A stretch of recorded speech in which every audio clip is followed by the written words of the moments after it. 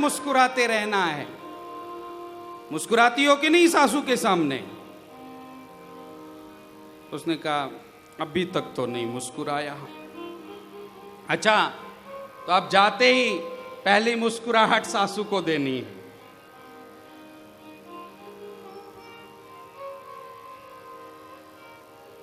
सारे नियमों को जान करके गई। 1 महीने की बात है, जो कहा है वो सब करूंगी ठीक से। और बैठी थी सामने सासू, जाते ही बहू सासू को देखकर मुस्कुराई। और एक नियम बताया, एक नियम और बताया कि दूध पिलाने से पहले रात में सासू के पलंग पर बैठकर मारवाड़ में जिया पांव दबावान वैसे पांव दबाने, चरण सेवा करना, उसके बाद दूध पिलाना, दूध में ये दवा डाल देना, 1 महीने में काम हो जाएगा। ये आई, मुस्कुराई सबसे पहले सासू को देखकर, और मुस्कुराते ही सासू ने मन में विचार किया आज बात क्या है। इससे पहले तो ये कभी नहीं मुस्कुराई।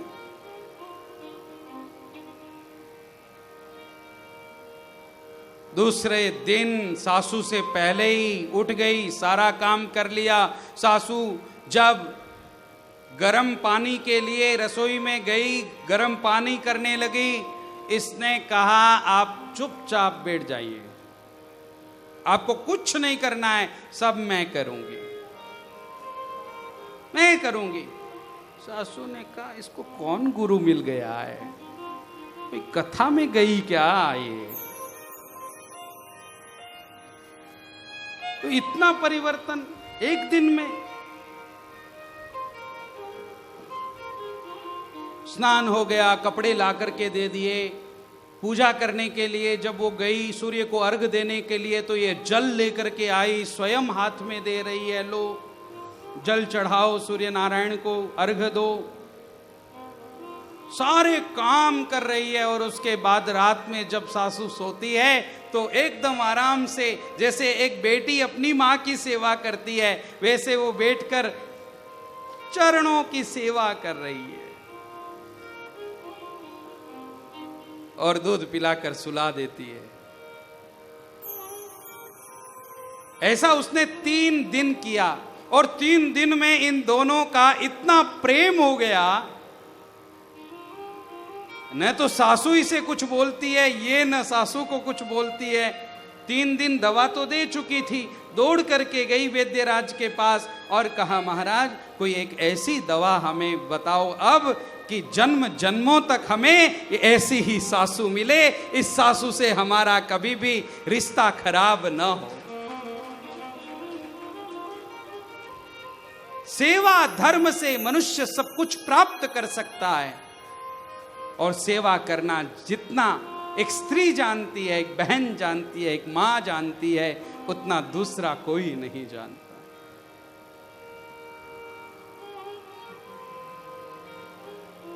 सेवा करके सबको अपना बना लेना यह स्त्री का कर्तव्य है। ये तो ऐसे ही है, इनका स्वभाव ही ऐसा है, ये स्त्री नहीं कह सकती। जो भी जिसमें कमी है उसको दूर करना, उसको अपना बनाना, यह स्त्री का कर्तव्य है, और वो कर सकती है।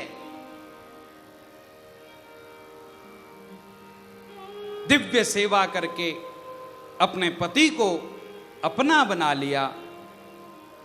कर्दम ऋषि 1 वर्ष तक तप करते रहे। उन्होंने तो यह भी ध्यान नहीं रखा कि मेरा विवाह हुआ है, फिर भी वह साध्वी बनकर अपने पति की सेवा करती है, किसी से कोई शिकायत नहीं करती। अंत में कर्दम ऋषि ने जब देखा कैसी थी ये कन्या, जब मेरे घर आई थी कैसी हो गई है अब, ये सब देख करके कर्दम ऋषि ने अपने तप के प्रभाव से देहूति को कहा, देहूति तुम जाओ, पास में एक सरोवर है उसमें जाकर के स्नान करो। और जो ही देहूति स्नान करने के लिए जाती है, दिव्य नारियां देहूति को स्नान कराती हैं और उस सरोवर में स्नान करते ही देहूति परम सुंदरी बनकर के बाहर आती है। वस्त्र और आभूषणों से सुसज्जित होकर देहूति जब इधर आती है तो कर्दम ऋषि भी अपने तप के प्रभाव से दूल्हे राजा बन जाते हैं। सुंदर वस्त्र और आभूषणों से वो भी सुसज्जित हो जाते हैं और एक दिव्य कामग नाम के विमान की रचना करते हैं, जो विमान पूरा का पूरा एयर कंडीशन है। इस कामग विमान की विशेषता यह है कि इसको पायलट की आवश्यकता नहीं है, चलाने वाले की आवश्यकता नहीं है। जहां आप जाना चाहो वो मन में विचार करो, अपने आप वो विमान आपको वहां ले जाएगा। इस विमान की ये विशेषता है, जो मन में आए वो भोजन मिलेगा।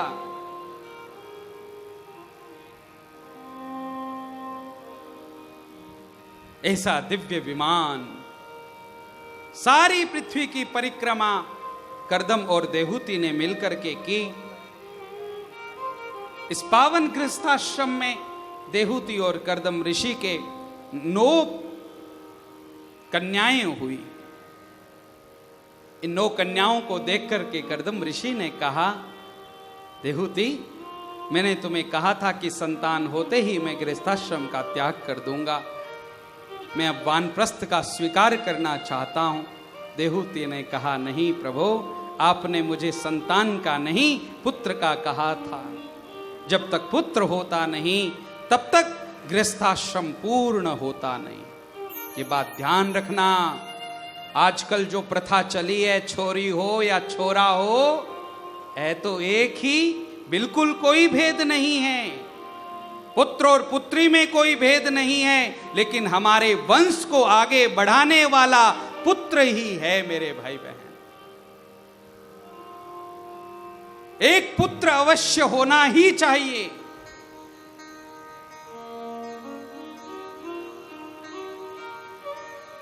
एक पुत्र अवश्य होना चाहिए जो हमारे वंश को आगे बढ़ाए।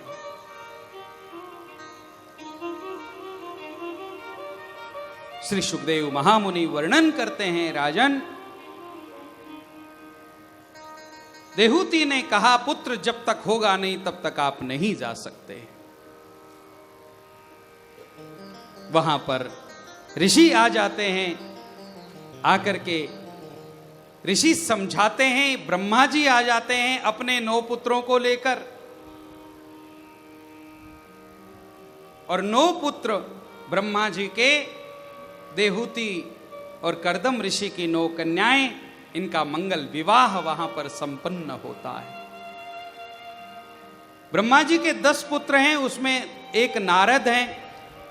नारद जी बहुत इधर उधर घूमते हैं और जो ज्यादा घूमता है उसका विवाह नहीं होता है, उसका कुंवारा रहना ही ठीक है। नारद जी प्रचारक हैं, धर्म प्रचारक हैं, इसलिए धर्म प्रचारक को अविवाहित रहकर धर्म का खूब प्रचार करना चाहिए। इसलिए हमारे राष्ट्रीय स्वयंसेवक संघ में भी यह परंपरा है कि विवाहित व्यक्ति प्रचारक नहीं बन सकता। देवर्षि नारद की यह परंपरा है, अविवाहित रह करके धर्म का प्रचार करते हैं देवर्षि नारद। ऋषियों ने आकर के कर्दम ऋषि को विश्वास दिलाया कि आपने जब तपस्या की थी उस समय ये भगवान से कहा था कि आपके जैसा मैं पुत्र चाहता हूं, तो भगवान के जैसा अन्य तो कोई हो नहीं सकता। इसलिए भगवान स्वयं ही ज्ञानावतार लेकर आपके पुत्र बनकर के प्रकट होंगे। वो समय आया। देहूति और कर्दम ऋषि के गृहस्थाश्रम को धन्य करने के लिए भगवान स्वयं ज्ञान का अवतार लेकर के प्रकट हुए। श्री कपिल नारायण भगवान की। देवता पुष्पों की वृष्टि करते हैं, गंधर्व गान करते हैं, अप्सराएं नृत्य करती हैं, सर्वत्र जय जयकार होता है। श्रीमन्नारायण नारायण नारायण श्रीमन्नारायण नारायण नारायण श्रीमन्नारायण नारायण नारायण श्रीमन्नारायण नारायण नारायण भजमन नारायण नारायण नारायण भजमन नारायण नारायण नारायण नारायण नारायण नारायण भजमन नारायण। सभी ताली सेवा करते हुए भाव के साथ पुकारे श्रीमन नारायण नारायण नारायण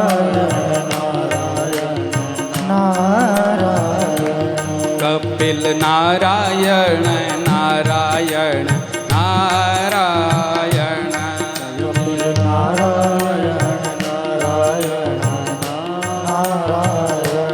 लक्ष्मी नारायण नारायण नारायण लक्ष्मी नारायण नारायण नारायण लक्ष्मी नारायण नारायण रायण लक्ष्मी नारायण नारायण नारायण भजमन नारायण नारायण नारायण भजमन।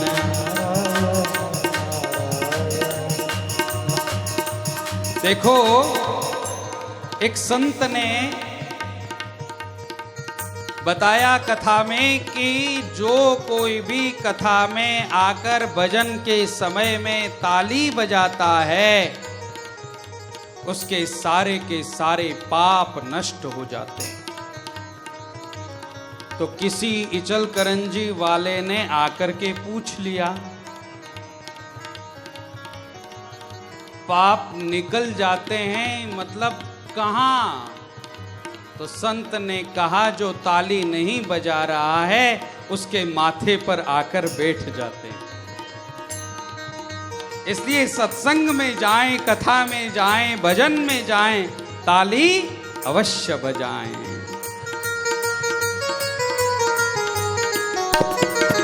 भजमन नारायण नारायण नारायण भजमन नारायण नारायण नारायण श्रीमन नारायण नारायण नारायण श्रीमन नारायण नारायण नारायण सत्य नारायण नारायण नारायण सत्य नारायण माता नारायण नारायण नारायण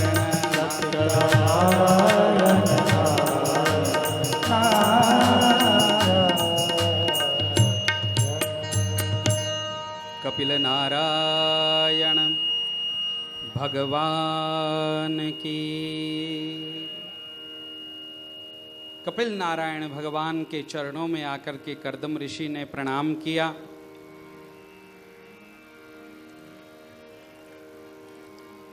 और कर्दम ऋषि अपने पुत्र की आज्ञा लेकर मां को उन्हें सौंपकर गृहस्थाश्रम का त्याग कर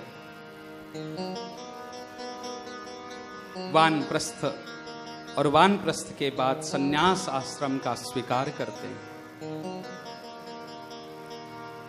पति के जाने के बाद देहूति को बहुत पश्चाताप हुआ। देहूति मन में विचार करने लगी, देखो मैंने मेरे जीवन में इतने श्रेष्ठ पति प्राप्त किए हैं, किंतु कभी भी मैंने उनके सामने ज्ञान की पिपासा नहीं रखी, ज्ञान की इच्छा नहीं रखी। रोज वो मुझे अध्यात्म की बातें सुनाते, किंतु मैंने कभी भी अध्यात्म की बात ठीक से बैठकर नहीं सुनी।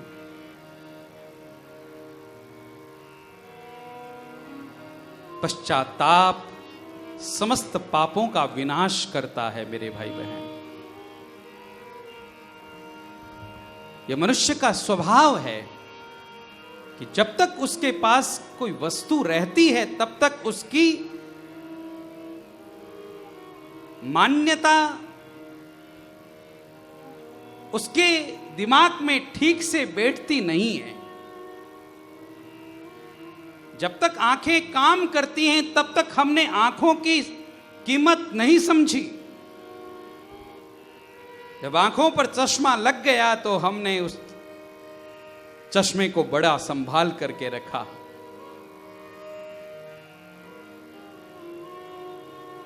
दांत नहीं रहे जब मुख में तब दांतों की मान्यता समझ में आई, दांतों का स्थान समझ में आया, दांतों की आवश्यकता समझ में आई। अब वो नकली दांतों को जितना संभाल कर रखता है उतना अगर असली को संभाल लेता तो ये गिरते ही नहीं।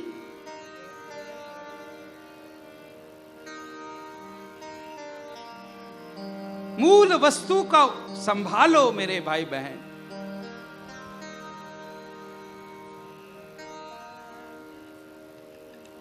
पश्चाताप हुआ, दौड़कर अपने पुत्र की शरण में आती है देवहूति और पुत्र के सामने आकर आंखों से अश्रुपात करती हुई अपने पुत्र को प्रणाम करती। त्वागताहं शरणं शरण्यं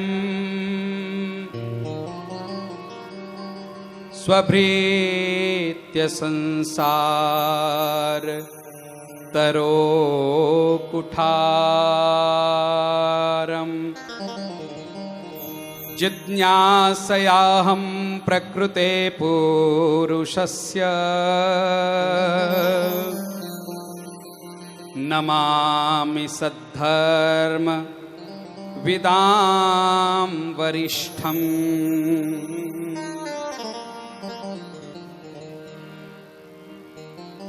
बेटा, मैं आज आपकी शरण में हूं। ये संसार वृक्ष मेरे जीवन में बहुत फैल गया है। इस संसार रूपी आसक्ति को तुम अपने ज्ञान रूपी कुठार से नष्ट करो बेटा। मैं तुम्हारी शरण में हूं। बहुत पहले जाग जाना चाहिए था मुझे, किंतु मैं नहीं जगी।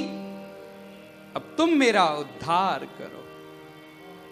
एक योग्य पुत्र अपने परिवार का कल्याण करता है, अपने कुल का कल्याण करता है, अपने माता पिता का भी कल्याण करता है।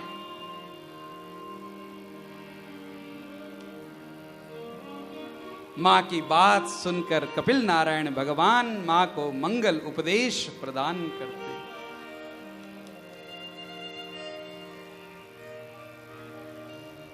योग आध्यात्मिकः पुंसाम्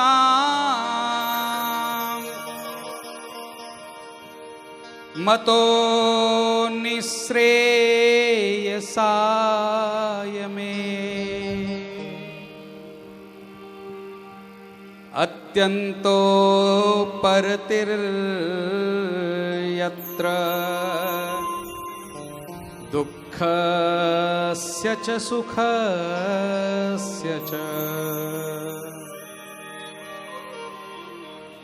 मां, मैं तुम्हें आध्यात्मिक योग प्रदान करता हूं।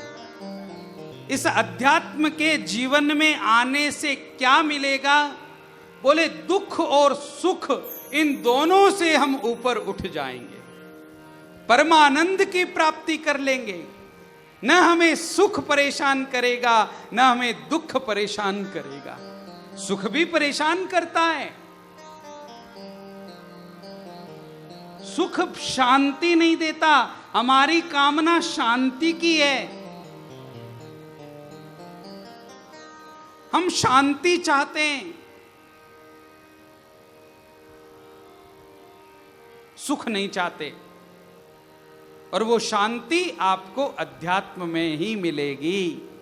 कथा सुनने के बाद हम ये नहीं कहते बड़ा सुख मिला, बड़ी शांति मिली, बड़ा अच्छा लगा।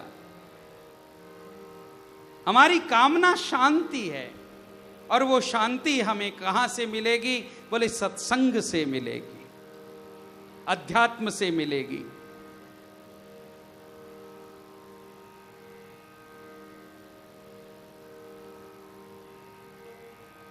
श्री सुखदेव जी महाराज वर्णन करते हैं, राजन, कपिल नारायण भगवान ने मां को उपदेश देना आरंभ किया और मां से कहा, मां, अध्यात्म में सबसे महत्वपूर्ण जो बात है वो ये है कि अपने मन को संभालो। मन को संभालना बहुत आवश्यक है। ये जितनी भी गड़बड़ है वो मन की है। मन ही बंधन का कारण है और मन ही मुक्ति का कारण है। चेतः खल्वस्य बंधाय मुक्तये चात्मनो मतम गुणेषु सक्तम बंधाय रतम वा पुंसी मुक्तये। संसार में अगर हमने हमारे मन को लगा दिया तो संसार में मन बंध जाएगा, और परमात्मा में लगा दिया तो मन मुक्त हो जाएगा। देखो, ताला जब हम खोलते हैं तो उसकी चाबी अलग नहीं होती, बंद करते हैं तो उसकी चाबी अलग नहीं होती। एक ही चाबी से ताला खुल जाता है और एक ही चाबी से ताला बंद हो जाता है। वैसे ही एक ही मन है ये जो हमें मुक्ति की ओर ले जा सकता है, और एक ही मन है ये जो हमें बंधन की ओर ले जा सकता है। अब ये निर्णय हमें करना है, ये चुनाव हमें करना है कि हमें मुक्त होना है या बंधन में पड़ना है। मन को संभालना है।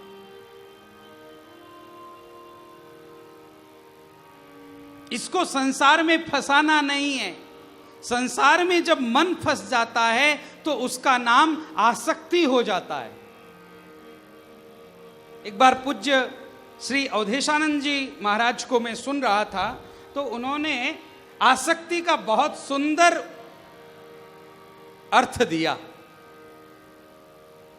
आसक्ति यानी क्या? जो आ सकती है, जा नहीं सकती। एक बार आ गई कि जाना मुश्किल है। तो जब आसक्ति जा नहीं सकती तो क्या करें? बोले इस आसक्ति को भगवान में लगा दो।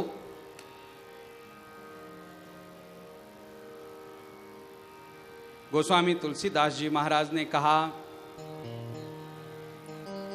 कामी ही नारी प्यारी जिमी, लोभी प्रिय जिमी दाम, तिमि रघुनाथ निरंतर, प्रिय लागहूं मोहि राम। काम ही नारी प्यारी जिमी। एक कामिनी स्त्री को जैसे, कामी पुरुष को जैसे स्त्री अच्छी लगती है, उसी प्रकार भगवान मुझे अच्छे लगे। बदलाव क्या करना है? जो है हमारे पास उसको जगह पर रखना है, बस, और कुछ नहीं करना है। जो कामना हमने संसार में लगा रखी है वही कामना परमात्मा में लगानी है। जितना प्यार दादी पोते से करती है उतना ही प्यार लड्डू गोपाल जी से करना है, उतना ही प्यार लाला से करना है।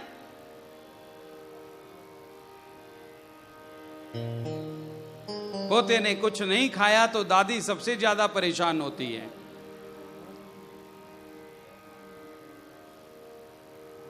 लेकिन लाल जी को अगर एक दिन भोग नहीं लगा तो इसके माथे पर कोई चिन्ह दिखाई नहीं देते। जितना प्रेम हम संसार से करते हैं उतना ही प्रेम हम भगवान से करने लगे तो काम बन जाएगा। और फिर ऐसा दिव्य प्रेम लेकर के हम संतों के पास बैठें। ये प्रेम आएगा कैसे, ये मन भगवान में लगेगा कैसे, तो कहा उसके लिए आपको संतों का संग करना पड़ेगा। अब कहा कि संत कैसे, कैसे जाने संत को, कौन होता है संत, तो संतों के लक्षण बताए। तितिक्षवः कारुणिकाः सुहृदः सर्वदेहिनां अजातशत्रवः शान्ता साधवः साधुभूषणाः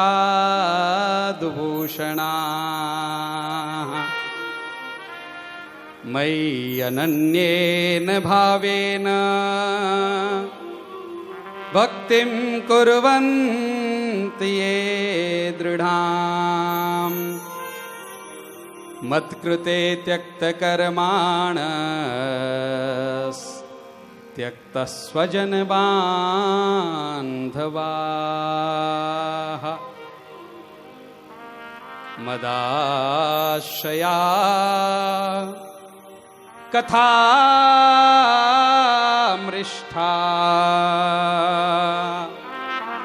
शृण्वन्ति कथयन्ति च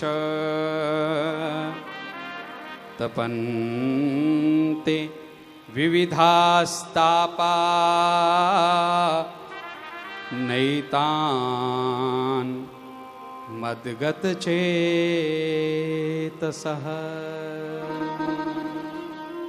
ये संतों के लक्षण है। संत कौन? जो तितिक्षा रखता है, जिसमें सहनशीलता होती है। श्लोक ऐसे हैं कि इसका चिंतन करें तो आज पूरा दिन इन्हीं श्लोकों में चला जाए। तितिक्षा, सहनशीलता। अरे सहनशीलता तो नौकर में भी होती है। मालिक जब कुछ कहता है तो चुपचाप सहन कर लेता है, लेकिन उसकी सहनशीलता में और भक्त की सहनशीलता में फर्क है। नौकर जो सहन कर रहा है अथवा नई आई हुई बहू कुछ सहन कर रही है, तो उसके मन में यह विचार होता है मारो ही टाइम आसी। अब बार तो नई नई हूं जिते सुनू। अब तो आजकल नई सुने कोई भरोसो को नहीं। 5-10 साल पहली सुनती, नई नई नई रहती जिते तो सुनती। अब तो परण्यार पर आया हुआ।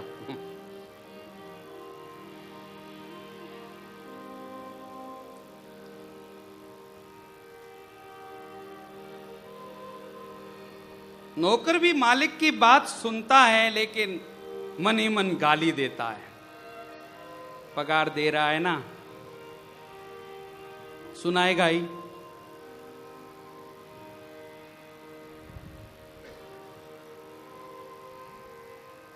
लेकिन संत में सामर्थ्य होता है, फिर भी वो सहन करता है।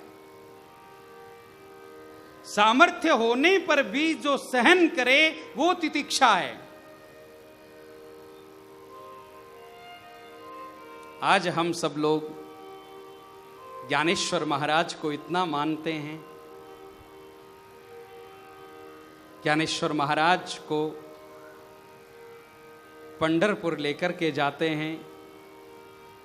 अपने हृदय में पंढरीनाथ को लेकर वारी में कितने लोग जाते हैं।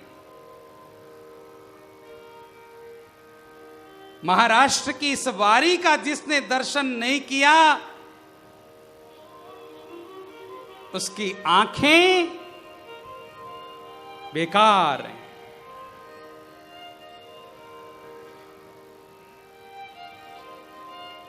वारी जैसे महोत्सव का दर्शन करने के लिए भगवान ने आंखें दी हैं। अरे सुंदर हैं आंखें, कि केवल सुंदर होने से काम नहीं चलेगा। मयूर पंख भी कितना सुंदर होता है, तुम्हारी आंखों से ज्यादा सुंदर है, लेकिन इस सुंदरता का साफल्य तब है, आंखों की सुंदरता की सफलता तब है जब ये वारी जैसे महोत्सव का दर्शन करती है, उन वारकरियों का दर्शन करती है। सारे के सारे वारकरी ज्ञानेश्वर महाराज को साथ में लेकर भगवान पंढरीनाथ से मिलने के लिए जाते हैं, गाते हुए नाचते हुए।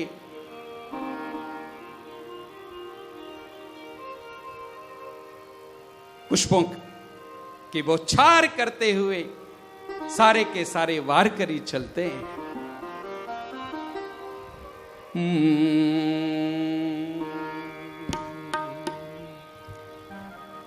मनात भरली पंढरी,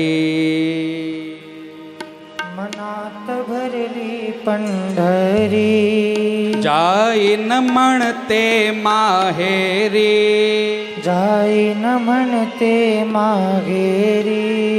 मनात भरली पंढरी, मनात भरली पंढरी, जाई न म्हणते माहेरी, जाई न म्हणते माहेरी। पांडुरंगाच्या दरबारी बाई हासत नाचत, पांडुरंगाच्या दरबारी बाई हासत नाचत, पांडुरंगाच्या दरबारी बाई हासत नाचत, पांडुरंगाच्या दरबारी बाई हासत नाचत। मनात भरली पंढरी, मनात भरली पंढरी, जाई न म्हणते माहेरी, जाई न म्हणते माहेरी। पांडुरंगाच्या दरबारी बाई हासत नाचत, पांडुरंगाच्या दरबारी बाई हासत नाचत, पांडुरंगाच्या दरबारी बाई हासत नाचत, पांडुरंगाच्या दरबारी बाई हासत नाचत।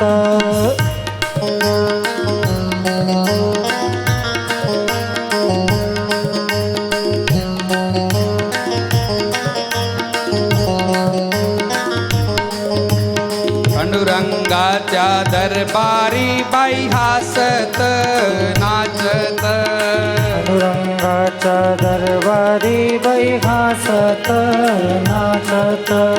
मनात भरली पंढरी, मनात भरली पंढरी, जाई न म्हणते माहेरी, जाई न म्हणते माहेरी। पांडुरंगाच्या दरबारी बाई हासत नाचत, पांडुरंगाच्या दरबारी बाई हासत नाचत। जय हो।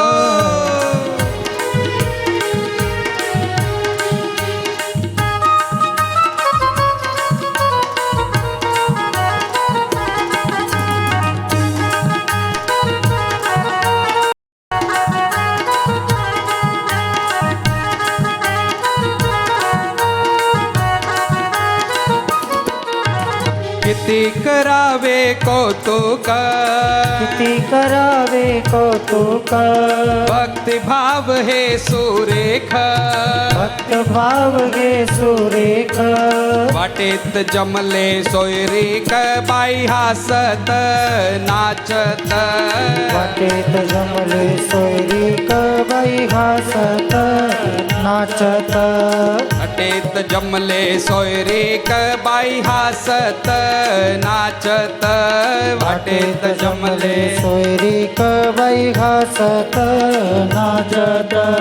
मनात भरली पंढरी, मनात भरली पंढरी, जाईन म्हणते माहेरी, जाईन माते माहेरी, पांडुरंगाच्या दरबारी बाई हासत नाचत, पांडुरंगा दरबारी बाई बाई हासत हासत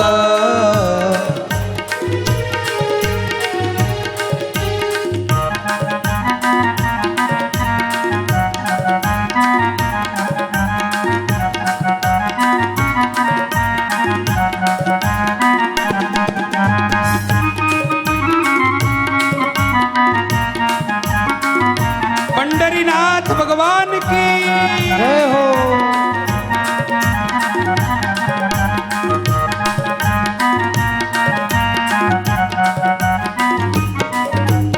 चंद्रभागेचे वाळवंट चंद्रभागेचे वाळवंग हेच आमुचे वैकुंठ हेच आमचे वैकुंठ आनंद भरला घनदाट बाई हासत नाचत आनंद भरला घनदाट बाई हासत हासत पांडुरंगाच्या दरबारी बाई हासत नाचत पांडुरंगा बाई दरबारी बाई हासत नाचत एकादशीचा गोंधळ एकादशीचा गोंधळ एकादशीचा गोंधळ एकादशीचा गोंधळ गगन भेदी कल्लोळ गगनभेदी कल्लोळ डोळ्यात भरले गाभाळ बाई हासत नाचत डोळ्यात भरले आभाळ बाई हासत हासत डोळ्यात भरले आभाळ बाई हासत नाचत डोळ्यात भरले आभाळ बाई हासत नाचत मनात भरली पंढरी मनात भरली पंढरी जाईन म्हणते माहेरी जाईन म्हणते माहेरी पांडुरंगाच्या दरबारी बाई हासत नाचत पांडुरंगा बाई दरबारी बाई हासत नाचत आपण सगळे जाऊया आपण सगळे जाऊया किस किस को जाना है पंढरपुर दोनों हाथ उठाओ देखें तो ऐसे बैठे बैठे जाओगे पंढरपुर बैठे बैठे पहुंच जाओगे जिसको जाना है वो खड़े हो जाएं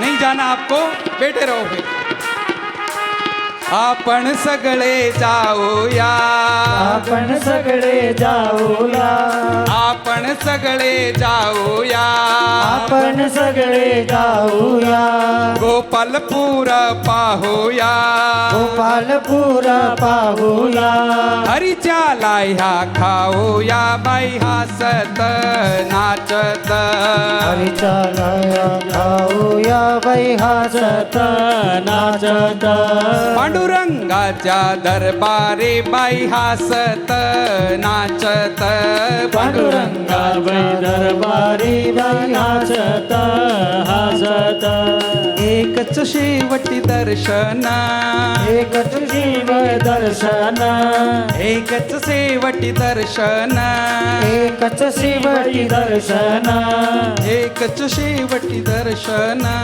एकच शिवटी दर्शन चंद्रभागेत जाऊन चंद्रभागेत जाऊन गरुड खांबाला पाहून करुण खांबाला पाहून राऊळात गरजून पाहूला बाई गरजून राऊळात गरजून राहुळात गरजून राऊळात गरजून बाई हासत नाचत राऊळात गरजून बाई हासत नाचत पांडुरंगाच्या दरबारी बाई हासत नाचत पांडुरंगा बाई दरबारी बाई हासत नाचत विठ्ठल विठ्ठल विठ्ठला विठ्ठल विठ्ठल विठ्ठला विठ्ठल विठ्ठल विठ्ठला विठ्ठल विठ्ठल विठ्ठला विठ्ठल विठ्ठल विठ्ठला विठ्ठल विठ्ठल विठ्ठला विठ्ठल विठ्ठल विठ्ठला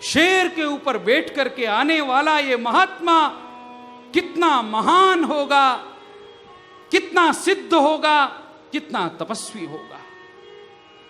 मुस्कुराते हुए ज्ञानदेव ने कहा, बहन, चांगदेव ने अगर 700 वर्षों तक तप करके केवल शेर को और सांपों को ही अपने वश में करना सीखा है तो उसका तप व्यर्थ है। एक सर्कस का खिलाड़ी भी सांप को और शेर को अपने वश में कर लेता है। सपेरा भी सांप को पकड़ करके बंद कर लेता है। ये 700 वर्ष तक तप करके सपेरा बना, सर्कस का खिलाड़ी बना। इसके लिए तप करने की आवश्यकता नहीं है, चित्त की शुद्धि के लिए तप करना होता है। बहन, चित्त कितना शुद्ध हुआ हमारा, ये तपस्या का फल है। और जिसका चित्त शुद्ध हो गया है, उस चित्त शुद्ध हुए महात्मा ने अगर दीवार के भी हाथ लगा दिया तो बहन दीवार भी चलने लगती है। भगवान भी वही करते हैं जो एक महात्मा कहता है, एक भक्त कहता है। क्या भैया, हद कर दी आपने, तो दीवार चलने लगती है। हां हां, क्यों नहीं, तो फिर आप चला सकते हो। अरे मैं क्या चला सकता हूं, अगर गुरुदेव निवृत्ति नाथ चाहें और वो मेरे मस्तक पर हाथ रख दे तो ये संभव है। और अपने पीछे बैठे हुए बड़े भाई निवृत्ति को चरणों में प्रणाम किया और कहा, आज्ञा है।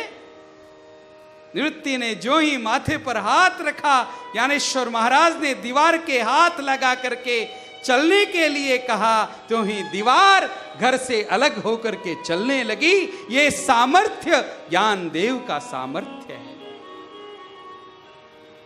बित्ती का सजीव सी चल दे, पशु भी वेद पाठ कर दे। यज्ञोपवीत संस्कार जब ब्राह्मण करवा नहीं रहे हैं, सन्यासी के बालक हो, तुच्छ हो तुम। किसी को तुच्छ समझना तो ठीक नहीं है। ज्ञानदेव ने कहा, सब में ब्रह्म बैठा हुआ है, सब में परमात्मा है। किसी से घृणा मत करो ब्राह्मणों, किसी से घृणा मत करो। ए छोरे, उपदेश मत कर। सब में अगर ब्रह्म है तो हम ब्राह्मण हैं, वेद मंत्रों का पाठ करते हैं। क्या ये भैंसा भी वेद मंत्रों का उच्चारण कर सकता है? ज्ञानदेव ने कहा, क्यों नहीं, सब में परमात्मा है। निवृत्तिनाथ के चरणों में पुनः प्रणाम किया। निवृत्तिनाथ ने जो ही मस्तक पर हाथ रखा, दूर चलता आ रहा एक भैंसे को देखा और ज्ञानदेव दौड़ करके उस भैंसे वाले के पास जाकर के भैंसे के ऊपर हाथ रखते हैं और उसे 3 बार, मात्र 3 बार कहते हैं, वेद वद, वेद वेद वद, वेद वद। और भैंसे के मुख से वेद के मंत्रों का उच्चारण आरंभ हो जाता। त्र्यंबकम जजामहे सुगंधिम पुष्टिवर्धनम उर्वारुकमिव बंधनात् मृत्योर्मोक्षे अमामृता। भित्ति का सजीव सी चल दे, पशु भी वेद पाठ कर दे। कृपा अद्भुत ऐसी जिसकी, आरती श्री ज्ञानेश्वर। ऐसा सामर्थ्य होने पर भी जो दया करता है, जो सहन करता है,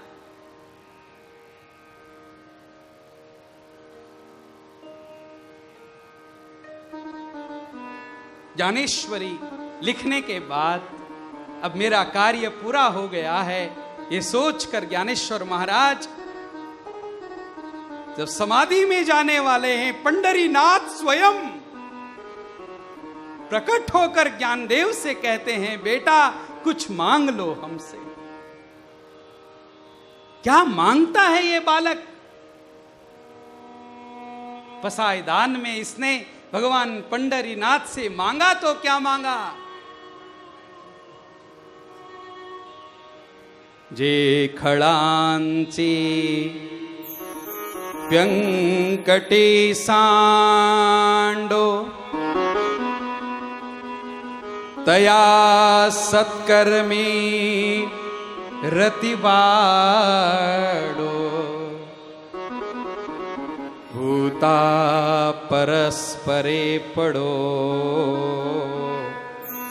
मैत्र जीवांचे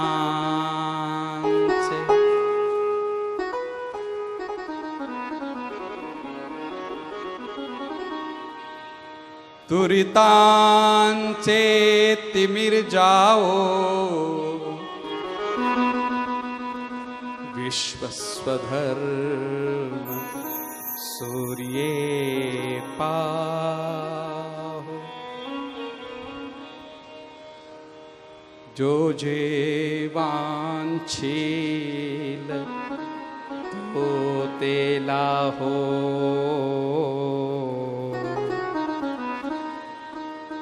जो जेवांछील तो तेला हो प्राण जात।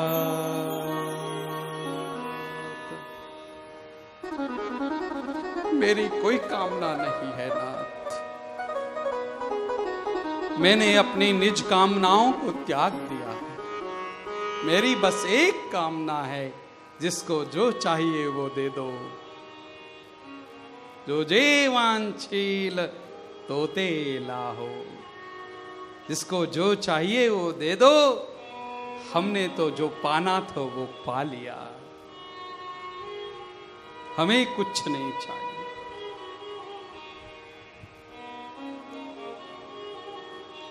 बुराई करने वालों का बुरा करे, भलाई करने वालों का भला करे, वो संत नहीं है। संत वो है जो सबका भला करे, पत्थर मारे फिर भी फल दे, वो संत है।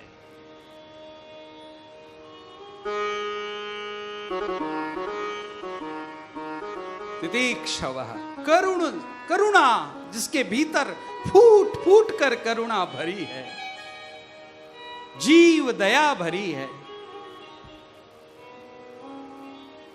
शांत हैं जो पैठण के महान संत एकनाथ महाराज। शांति ब्रह्म, मानो शांति स्वयं एकनाथ महाराज के रूप में प्रकट हो गई। थूकने वाले यवन के थूक को सहन करके जब वो थूकते थूकते थक जाता है, तो उसे यही कहते हैं, तूने मेरे ऊपर अपकार नहीं उपकार किया है। थूक करके भी उपकार किया है। जब उसने कहा, नाथ आप जो ही नहा करके आते मैं आपके ऊपर थूक देता, ये उपकार मानते हैं आप? हाँ हाँ, ये उपकार है। कैसे प्रभु? अरे भैया, आज तक हम गोदावरी में स्नान करते रहे, किंतु कभी भी हमने गोदावरी में 108 बार डुबकी नहीं लगाई। तुमने हमारे ऊपर 108 बार थूका और हमने आज तुम्हारी कृपा से गोदावरी में 108 बार स्नान करने का पुण्य अवसर प्राप्त किया।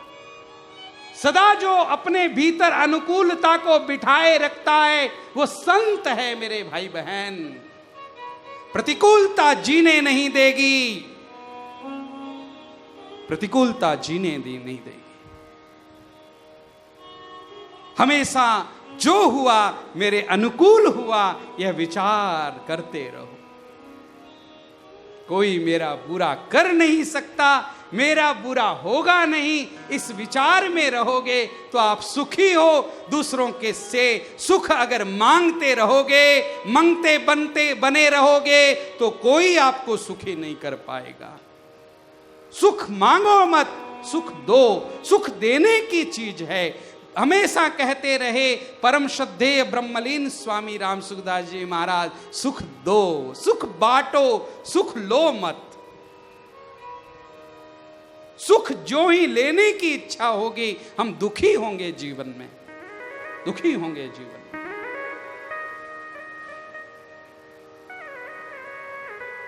जो हुआ मेरे अनुकूल हुआ, जो हुआ अच्छा हुआ। ये जो चिन्ह है, ये बहुत अच्छा चिन्ह है। आजकल कुछ भी अच्छा लगा कि व्हाट्सएप पर लिखने की आवश्यकता नहीं है, इतना सा बस एक चिन्ह भेज दो, समझ जाएगा कि इसको अच्छा लगा। जो भी थोड़ी गड़बड़ हो मन में, जो ही गुस्सा आए, चिन्ह बना लेना।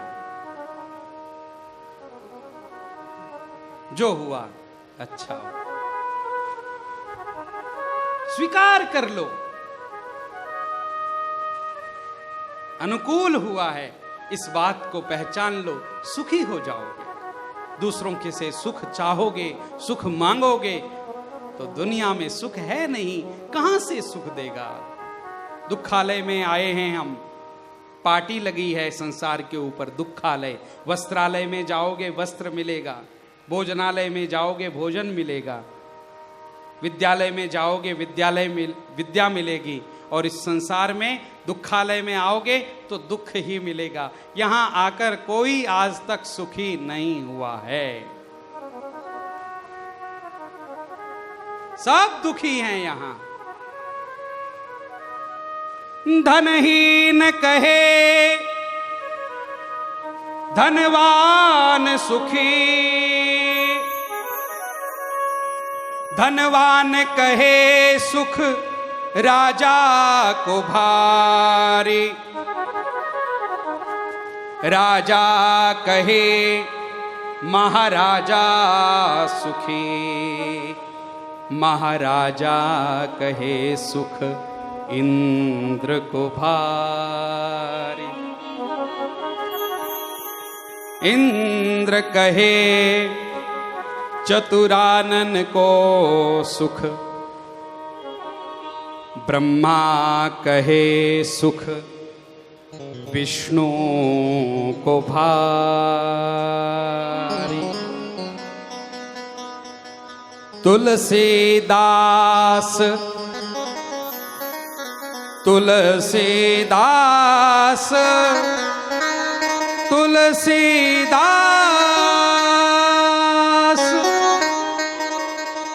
तुलसीदास विचार कहे, तुलसीदास विचार कहे, हरि भजन बिना सब लोग दुखा।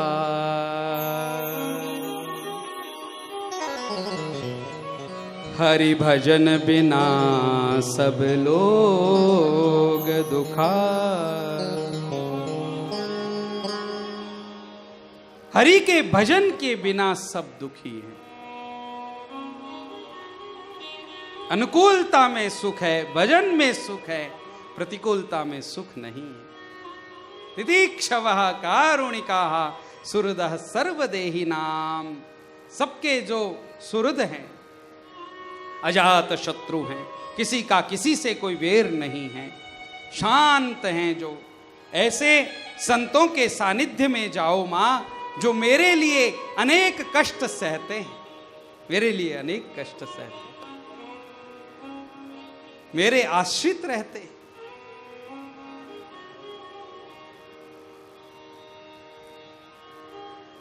ऐसे साधुओं के संतों में जाने से, संतों के पास जाने से तुम्हारा कल्याण होगा।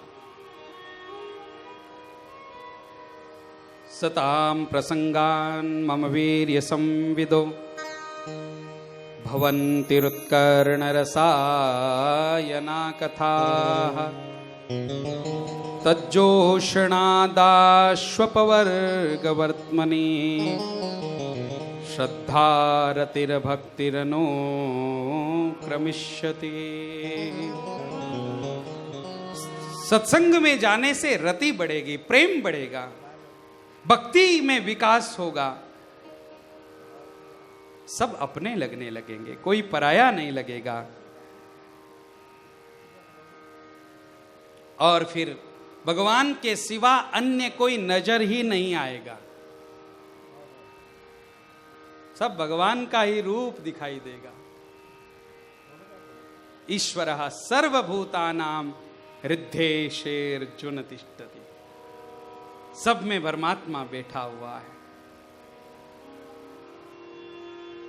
ऐसी भागवती भक्ति जब हृदय में प्रवेश कर जाएगी तो मां सारे के सारे पाप नष्ट हो जाएंगे। निर्गीर्ण मन लो यथा, अग्नि में कुछ भी डाल दो जला करके भस्म कर देगी। उसी प्रकार भगवत भक्ति भी मनुष्य के समस्त पापों का विनाश कर देती है। एक भावना मनुष्य के समस्त पापों का विनाश कर देती है, ईश्वर की भावना। अनिमित्ता भागवती, यह बिना कुछ परमात्मा से मांगे केवल भगवान की चाह रखते हुए जो भक्ति करते हैं मां, उनकी भक्ति श्रेष्ठ भक्ति है।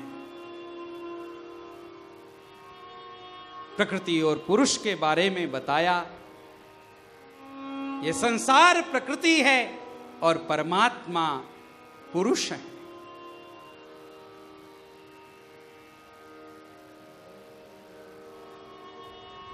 प्रकृति का संचालन करने वाला परमात्मा है। उनके नियमों के अनुसार चलो, उनके बताए हुए मार्ग के अनुसार चलो, कभी भी शास्त्र की विधि का त्याग मत करो।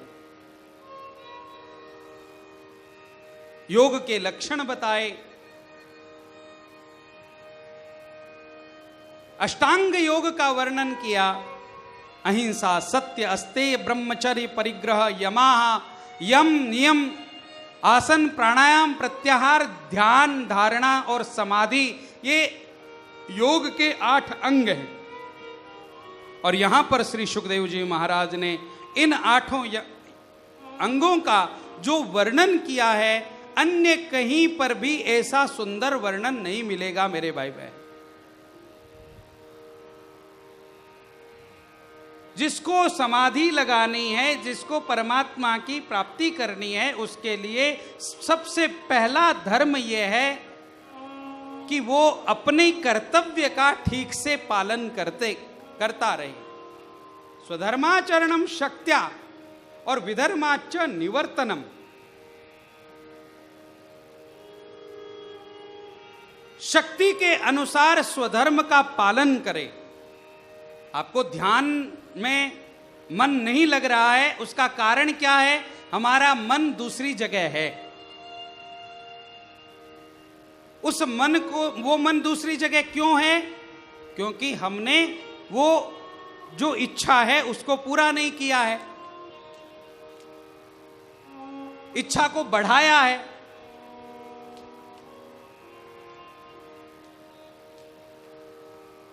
तो जितनी आवश्यकता है उतना ही पांव फैलाओ, उससे ज्यादा चाहो मत। मानव सेवा संघ के महाराज जी प्रज्ञाचक्षु स्वामी शरणानंद जी महाराज, जिनको परम श्रद्धेय स्वामी जी महाराज रामसुखदास जी महाराज बहुत मानते थे, वो कहते कि आवश्यकता की पूर्ति और अनावश्यकता का त्याग, यही सिद्धि है। जो जो हमें आवश्यक है उसको तो पूरा करो और जो अनावश्यक है उसका त्याग करो। एक लिस्ट बनाओ, एक सूची तैयार करो कि क्या क्या अनावश्यक है जिसके कारण मेरा मन उसमें फंसा हुआ है।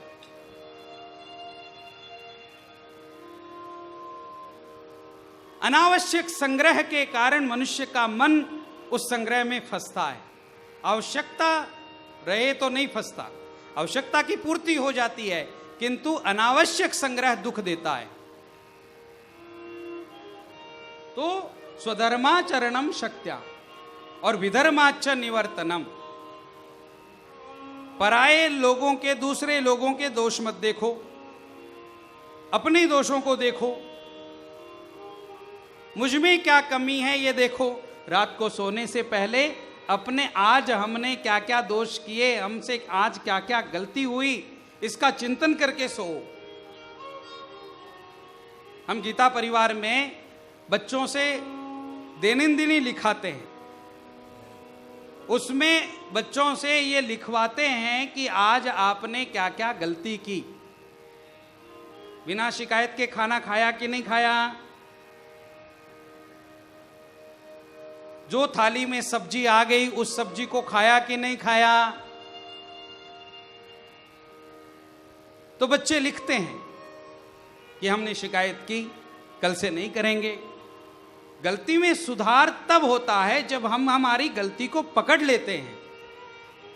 भूल ये है कि हम गलती को पकड़ते ही नहीं, हम गलती को गलती मानते ही नहीं। जेल में जन्मदिन मना रहे हैं, फिर भी कह रहे हैं कि हम गलत नहीं है।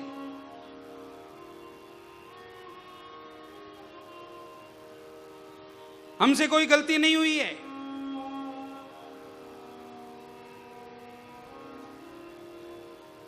तो अन्यों के दोष देखने से अच्छा है कि हम स्वयं के दोष देखें। ग्राम्य धर्म से निवृत्ति हो, मोक्ष धर्म से रति हो, कम खाएं कम पिएं, जिसको गीता के एक श्लोक में ही सबको यह सारा वर्णन कर दिया। युक्ताहार विहारस्य युक्त चेष्टस्य कर्मसु युक्त स्वप्नावबोधस्य योगो भवति दुःखः। यह योग हमारे जीवन में कब आएगा? जब हम युक्त बनेंगे, जब हम युक्त आहार करेंगे, युक्त सोएंगे। सोने को हम लगते हैं तो फिर सोते ही रहते हैं। अलार्म लगा करके रखी है 5 बजे की, वो तो समय पर बजती है, अपना कर्तव्य पालन कर रही है। एक मनुष्य ही है जो कर्तव्य छोड़ा है, बाकी तो सब अपने अपने कर्मों में लगे हैं, ठीक से अपने अपने कर्तव्य का पालन कर रहे हैं। बिगड़ा है तो मानव बिगड़ा है, इसलिए इसको सिखाना पड़ता है। आपने कभी देखा कि कौओ 100-2 से कौवे इकट्ठा हुए श्राद्ध पक्ष में, और उन्होंने मन में ये ठान लिया कि यार ये सब कथा कर सुन रहे हैं, हम भी कथा सुने, हम भी सत्संग करें। कभी आपने देखा कि भैंस 10-12 मिलकर के सत्संग कर रही है, गाय मिलकर के सत्संग कर रही है, चिड़िया मिलकर सत्संग कर रही है, बिल्ली सत्संग कर रही है, कुत्ते सत्संग कर रहे हैं? ये सब सत्संग नहीं करते और इनको आवश्यकता भी नहीं है, क्योंकि ये जैसे हैं वैसे जी रहे हैं। मार्ग छोड़ा है तो इसने छोड़ा है, मानव ने छोड़ा है। इसलिए हमारे महाराष्ट्र की कवित्री ने कहा, माणसा ए माणसा, कधी होसी माणूस, कधी होशील माणूस, तू मनुष्य कब बनेगा ये बता। मानव मानव नहीं है, बाकी सब हैं। इंसान इंसान नहीं है, इसने अपना मार्ग छोड़ दिया। युक्त बन करके रहें, सतमार्ग पर चलें, अपनी आत्मा की सुने। यही योग है। ध्यान लगाने का तरीका यही है कि हम सही जगह पर आ जाएं, हमारे ठिकाने पर आ जाएं, चित्त को एकाग्र करने का प्रयास करें। और फिर जो ध्यान योग का वर्णन किया है, मेरे पास समय नहीं है उसके लिए, इतना सुंदर वर्णन अन्यत्र कहीं नहीं मिलेगा मेरे भाई बहन। दिव्य ध्यान योग का वर्णन किया और मनुष्य किन किन कर्मों के कारण इस लोक में फंसता है, इसका वर्णन किया। और मां से कहा, मां कर्म की गति बड़ी गहन है, इसको हर व्यक्ति समझ नहीं सकता।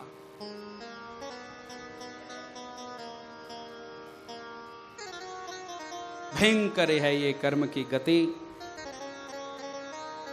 इस कर्म के कारण ही मनुष्य बंधन में है। जब साधना के द्वारा कुछ जीवन मूल्यों के द्वारा इस कर्म को योग बना लिया जाता है, तब इस कर्म से मनुष्य का बेड़ा पार होता है। मां ने कपिल नारायण भगवान के मंगल उपदेश को अपने आचरण में लाया। केवल सुना ही नहीं, सुनना पर्याप्त नहीं है मेरे भाई बहन, आजमाना पर्याप्त है। मनोरंजन के लिए कथा नहीं, मनोमंथन के लिए कथा है। पूज्यपाद डोंगरे जी महाराज कहा करते थे, मनोरंजन के लिए कथा नहीं है, भीड़ इकट्ठी करने के लिए कथा नहीं है, कुछ जीवन में बदलाव लाने के लिए है। विकसित हो हम, विकास करें हम। अभी तक पहली क्लास में बैठे हैं हम, 10वीं में होते ही नहीं।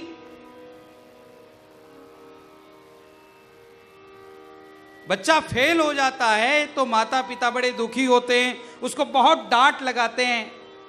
लेकिन कभी हम भी तो विचार करें कि हमने अध्यात्म में प्रवेश किया है तो कभी बच्चे की तरह क्रम से पास हो रहे हैं या वहीं के वहीं पढ़े, वहीं के वहीं बैठे। उन्नति होनी चाहिए, विकास होना चाहिए। सत्संग में जो सुना है उसको जीवन में लाने का प्रयास करना चाहिए। श्री सुखदेव जी महाराज वर्णन करते हैं, राजन प्रणाम करके कपिल नारायण भगवान को देहूती माता ने उस उपदेश को अपने जीवन में उतार करके अपने जीवन को धन्य कर लिया। परमात्मा के साथ एकीकार हो गई मां देहूती। कपिल नारायण भगवान गंगा सागर में जाकर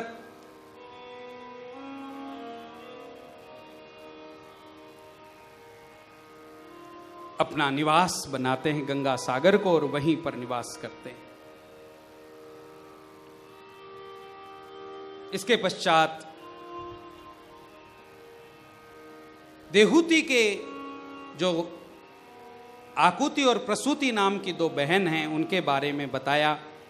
आकुति का विवाह रुचि प्रजापति के साथ में हुआ और रुचि प्रजापति और आकुति के गृहस्थाश्रम को धन्य करने के लिए यज्ञ नारायण भगवान स्वयं अवतार लेकर के आते हैं।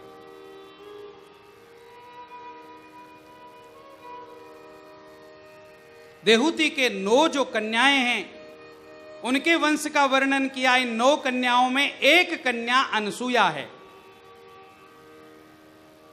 इस अनसुया जी के भी एक पुत्र हुआ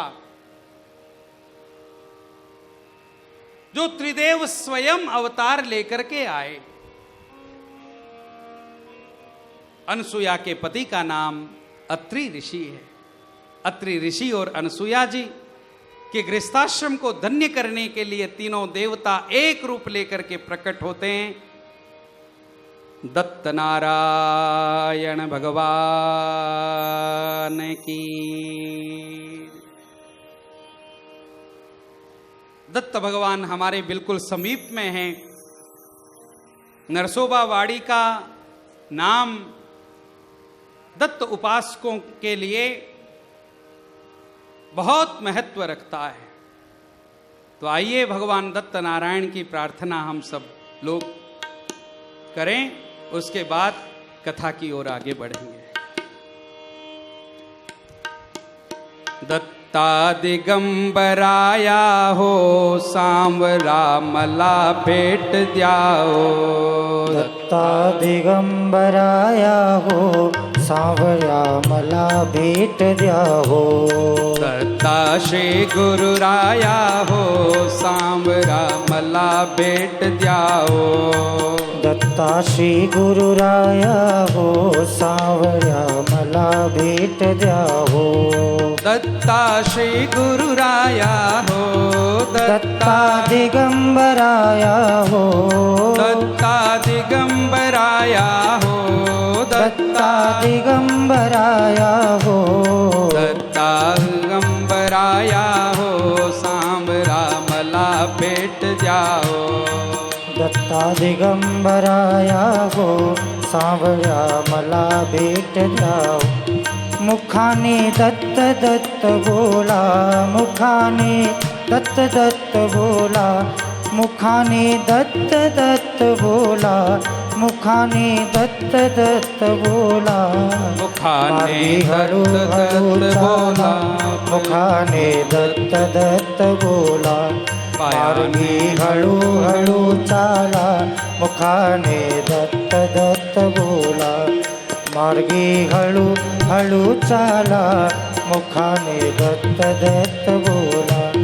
दिगंबरा दिगंबरा श्रीपाद वल्लभ दिगंबरा, दिगंबरा दिगंबरा श्रीपाद वल्लभ दिगंबरा, हो दिगंबरा दिगंबरा श्रीपाद वल्लभ दिगंबरा, दिगंबरा दिगंबरा श्रीपाद वल्लभ दिगंबरा, दिगंबरा दिगंबरा श्रीपाद वल्लभ दिगंबरा, दिगंबरा दिगंबरा श्रीपाद वल्लभ दिगंबरा, दिगंबरा दिगंबरा श्रीपाद वल्लभ दिगंबरा, दिगंबरा दिगंबरा श्रीपाद वल्लभ दिगंबरा, दिगंबरा दिगंबरा श्रीपाद वल्लभ दिगंबरा, दिगंबरा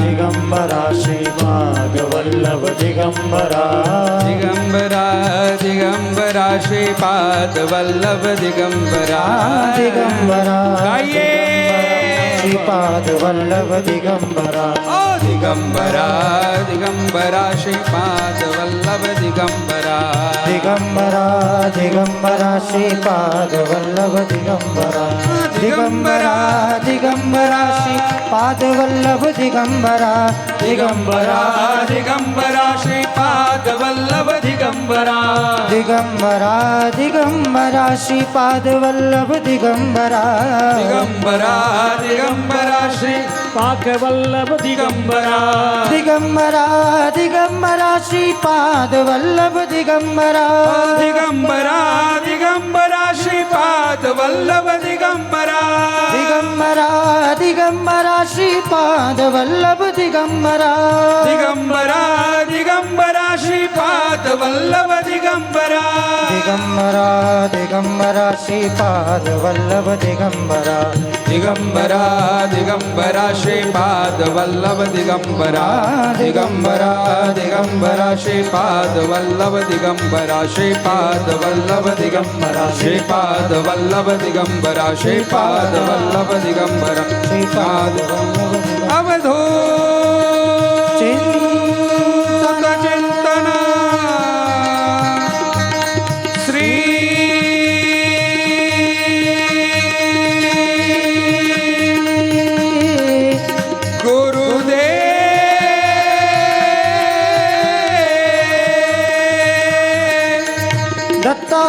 दत्तात्रेय भगवान की जय. दिगंबरा दिगंबरा श्रीपाद वल्लभ दिगंबरा.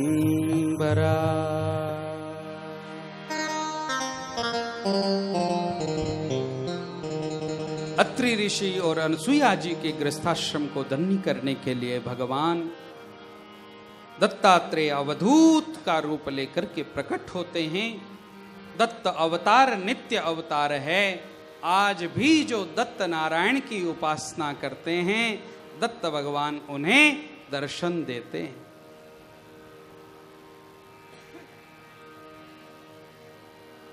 सब प्रकट होकर के दर्शन होते हैं.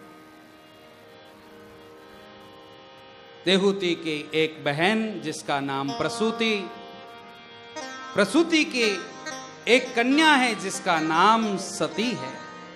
सती का विवाह भगवान शंकर के साथ में होता है.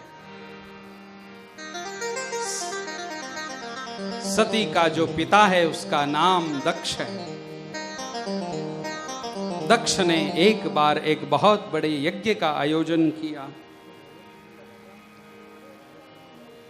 प्रजापति का पद मिला है उसे, और उस यज्ञ के लिए उसने जो एक सभा रखी है, उस सभा में सब देवताओं को आमंत्रित किया है। सारे के सारे देवता उस सभा में आकर के बैठे हैं। दक्ष अध्यक्ष है उस सभा का, इसलिए जो ही वो सभा में प्रवेश करता है, सारे के सारे देवता उठ करके उसका सम्मान करते हैं। लेकिन त्रिदेव नहीं उठे, ब्रह्मा नहीं उठे, विष्णु नहीं उठे और शंकर नहीं उठे। दक्ष ने मन में विचार किया, ब्रह्मा मेरे पितामह हैं, नहीं उठे कोई बात नहीं, मेरे पिता के भी पिता हैं भगवान विष्णु, वो नहीं उठे कोई बात नहीं, लेकिन ये शंकर तो मेरा जवाई है, इसको उठ करके मेरा सम्मान करना चाहिए। इसने मेरा अनादर किया और मेरा अपमान हुआ है, ये सोचकर दक्ष भरी सभा में भगवान शंकर को गालियां देना आरंभ करता है।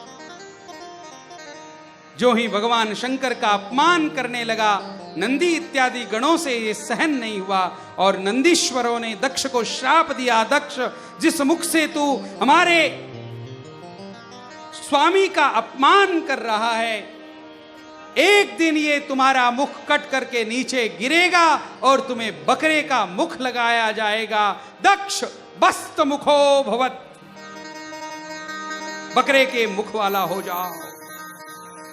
नंदी इत्यादि गणों ने दक्ष को जो ही श्राप दिया, दक्ष के चमचे भी वहां पर उपलब्ध थे, उन्होंने भी नंदी इत्यादि गणों को श्राप देना आरंभ किया। भगवान शंकर ने जब देखा मेरे रहते हुए यहां पर लड़ाई और झगड़ा हो रहा है, ये उचित नहीं है, इसलिए चुपचाप मौन होकर बिना दक्ष को कुछ कहे भगवान शंकर वहां से विदा हो जाते।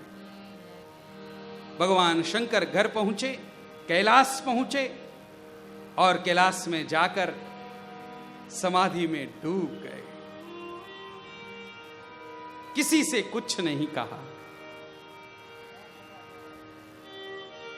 दक्ष ने भगवान शंकर का पुनः अपमान करने के लिए एक बृहस्पति सव नाम के यज्ञ का आयोजन किया। उस यज्ञ में भगवान शंकर और पार्वती को छोड़कर सबको बुलाया। दिव्य विमान कैलाश पर्वत के ऊपर से गुजर कर जा रहे हैं।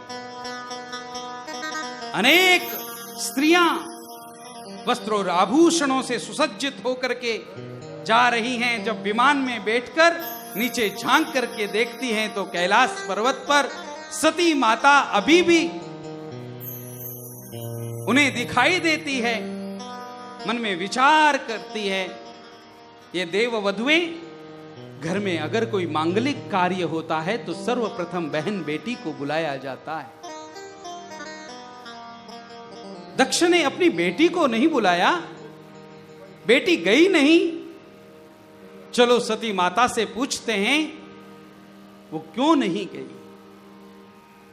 दिव्य विमान उतर करके नीचे आया, उसमें से कुछ देव वधुएं निकली, सती माता के चरणों में प्रणाम किया। सती ने मंगल आशीर्वाद दिया। बोलते बोलते सती से कहा, माताजी आप नहीं गई? सती ने कहा, कहां? आपके पिताजी ने एक बहुत बड़े यज्ञ का आयोजन किया है, उस यज्ञ में आपको जाना चाहिए था। सती को जब किसी दूसरे से यह पता चल रहा है कि मेरे पिताजी ने इतने बड़े यज्ञ का आयोजन किया है, यह सुनकर के सती का हृदय थम गया। सती को अपनी मां की याद आई। पिता बड़े कठोर हैं, ये सती भी जानती है, वो शायद भूल गए होंगे, लेकिन मां को तो मुझे याद करना चाहिए था, मां को तो मुझे बुलाना चाहिए था। लेकिन एक बात बिल्कुल सच है मेरे भाई बहन, स्त्री का ये स्वभाव है कि वो अपने पीहर की बुराई दूसरे के सामने नहीं कर सकती। ससुराल की 1000 बुराइयां पीहर में आकर के बता देगी, लेकिन अपने पीहर की एक भी बुराई वो सहन नहीं कर सकती। जो लोग अपनी पत्नी को सुखी रखना चाहते हैं वो उसके पीहर की कभी बुराई न करें। उसका पीहर कैसा भी है वाह वाह करो, तुम्हारी मां जगत की मां है, यही कहो।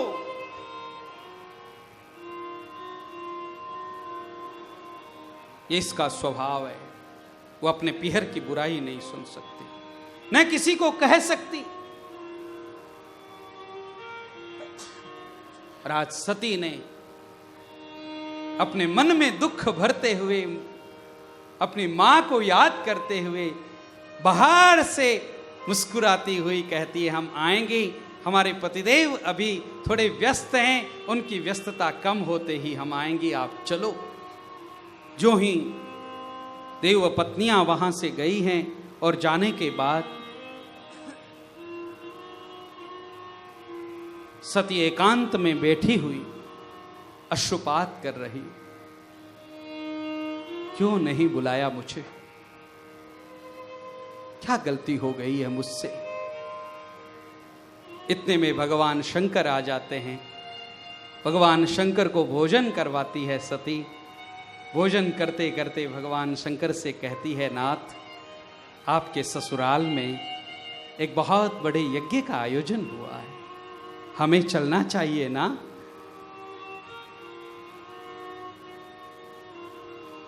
पत्नी को जब अपना स्वार्थ सिद्ध करना होता है तो वो बहुत मीठी बोलती है।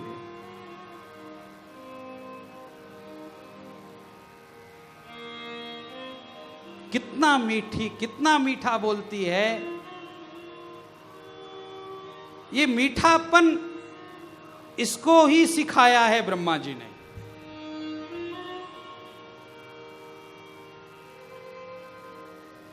पुरुष वर्ग सब अपसेंट थे उस क्लास में।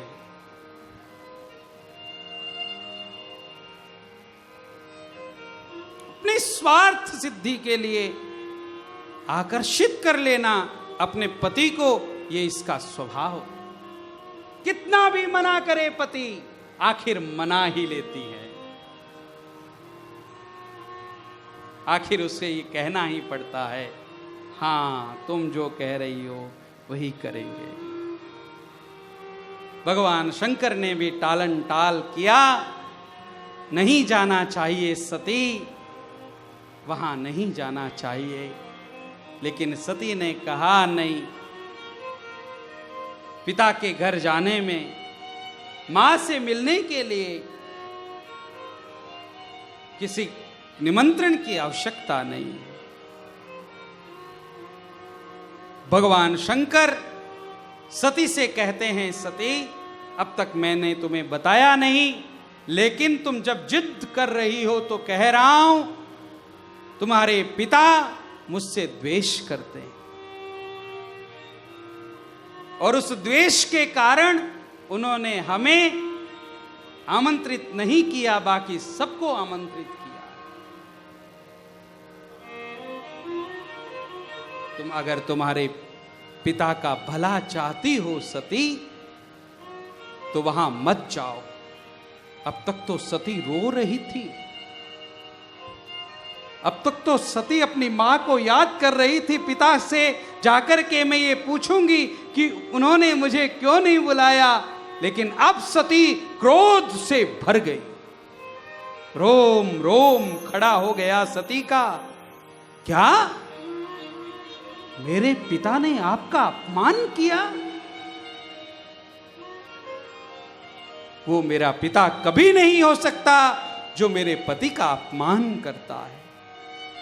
मुझे उस यज्ञ से कोई लगाव नहीं। मैं यज्ञ में जाऊंगी तो दक्ष से ये पूछूंगी। दक्ष शब्द का प्रयोग करती है सती, पिता शब्द का प्रयोग नहीं करती। दक्ष मेरा पिता नहीं। दक्ष का और मेरा संबंध उसी समय छूट गया जिस दिन दक्ष ने मेरे पतिदेव का अपमान किया। मैं उनसे जाकर के पूछूंगी कि वो भगवान शंकर से क्यों द्वेष करते, और जब तक दक्ष आपसे क्षमा नहीं मांगेगा तब तक उसके यज्ञ को कोई सफल नहीं कर पाएगा।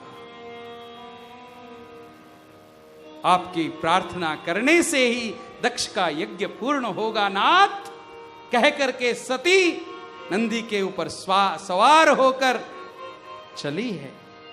भगवान शंकर का स्मरण करती हुई हृदय में परम रोष भरकर। जो ही पता चला प्रसूति को सती आई है,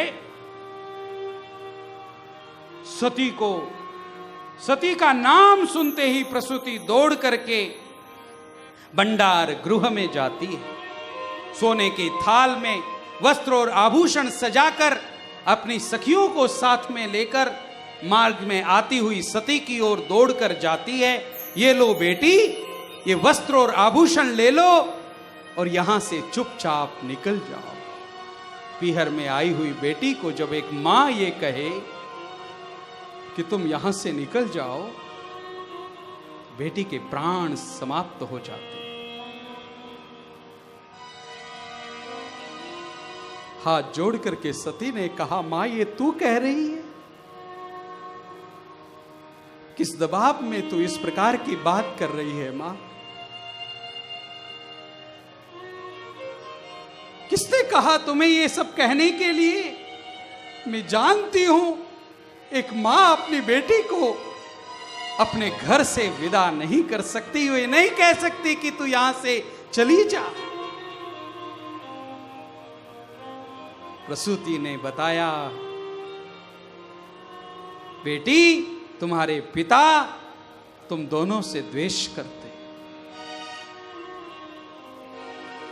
सती ने वो वस्त्र और आभूषण की जो थाली थी उस थाली को एक हाथ से दूर फेंका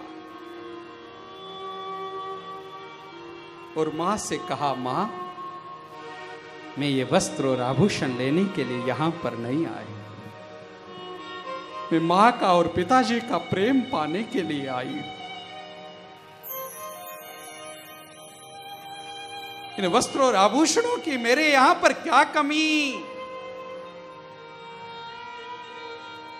मेरे पतिदेव दिखने को अमंगल जरूर दिखते हैं, लेकिन जो कोई उनकी उपासना करता है मां, उसके ऊपर प्रसन्न होकर अगर मेरे पतिदेव अपनी माथे पर लगाई हुई चपटी बभूत उसके घर के भीतर गिरा दे तो कुबेर स्वयं उनके घर खजाना खोल कर बैठ जाता है। चपटी बभूत में कुबेर का खजाना भरा हुआ है। ये वस्त्र और आभूषणों की मुझे आवश्यकता नहीं, मैं तो माता पिता का प्रेम पाने के लिए आई थी, वो प्रेम मुझे नहीं मिला। अब बस मैं एक ही बात चाहती हूं कि मेरे पिता भगवान शंकर से क्षमा मांगे। प्रसूति ने कहा, बेटी ये नहीं होगा। तो सती ने रोते हुए मां का हाथ अपने हाथ में लेते हुए कहा, मां अगर पिताजी ऐसा नहीं करेंगे तो पिताजी के यज्ञ को भी कोई पूर्ण नहीं कर सकता। भगवान शंकर के अपमान के लिए यज्ञ कर रहा है दक्ष, यज्ञ पूरा नहीं होगा। जिसने रोकने का प्रयास किया सती को, उन सबको अपने हाथ से दूर फेंकती हुई यह शक्ति पहुंच गई दक्ष के यज्ञ के पास। जो ही सती को दक्ष ने देखा और दक्ष पुकारने लगा, अरे ये कहां से आ गई? क्या वो बंदर के जैसी आंखों वाला शिव भी इसके साथ आया है? भगवान शंकर का यह अपमान सती से सहन नहीं हुआ। सती ने संपूर्ण सभासदों को ललकारते हुए कहा, देखो दक्ष मेरे शिव का अपमान कर रहे हैं और तुम उस अपमान को सुन रहे हो। इसका तुरंत फल आप सबको मिलेगा। और एक बात मैं कहना चाहती हूं, आज के बाद मुझे कोई भी दाक्षायणी कहकर के न पुकारे। मैं दक्ष की पुत्री नहीं। जिस दिन दक्ष ने मेरे पतिदेव का अपमान किया, उस दिन मेरा और दक्ष का पिता का नाता संबंध खत्म हो गया। आज इस दक्ष के वीर्य से जो शरीर बना है, इस शरीर को भी मैं समाप्त करूंगी और भगवान शंकर की सेवा के लिए नूतन शरीर धारण करूंगी। ये शरीर भगवान शंकर के सेवा करने योग्य नहीं है कहकर के सती ने योगाग्नि के द्वारा अपने शरीर को जलाना आरंभ किया। हाहाकार मच गया सर्वत्र, चारों दिशाएं गूंजने लगी, मेघ गर्जना करने लगे।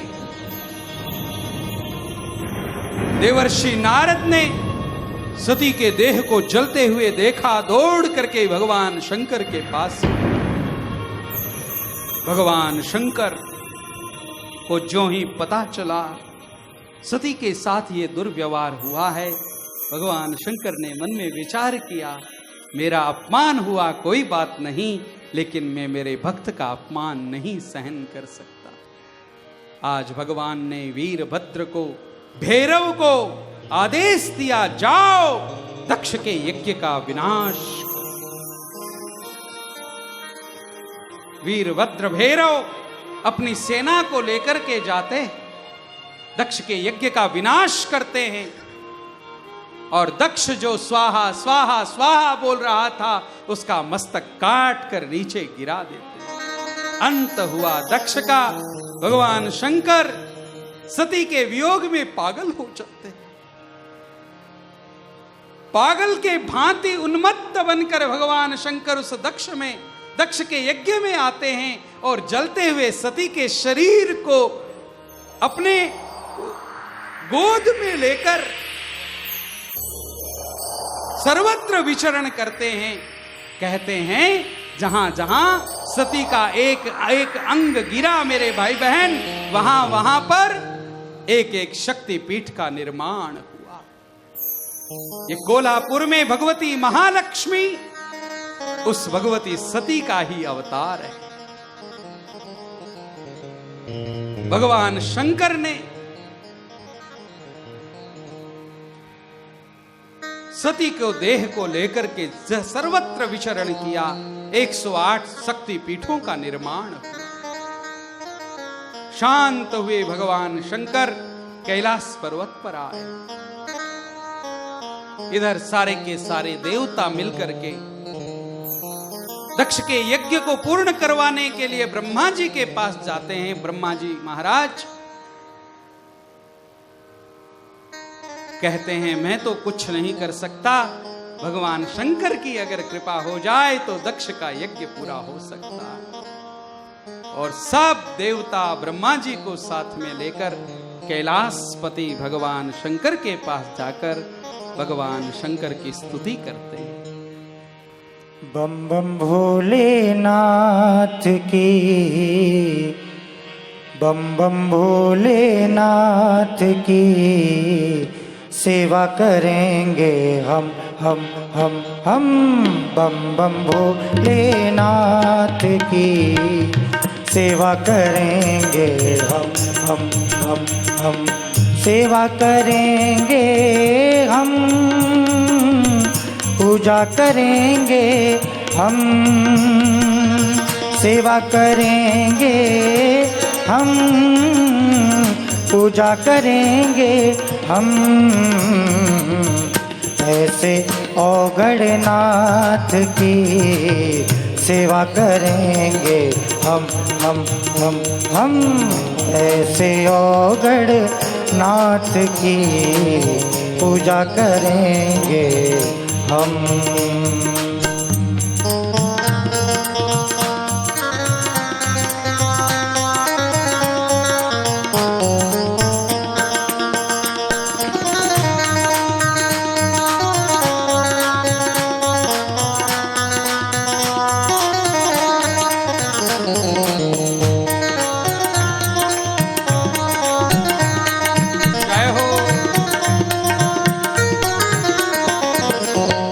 हाथ में जिनके डमरू विराजे, गलमुंडों की माला साजे।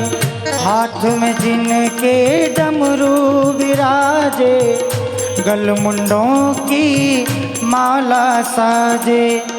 ऐसे ऐसे ऐसे ऐसे ऐसे शंभुनाथ की पूजा करेंगे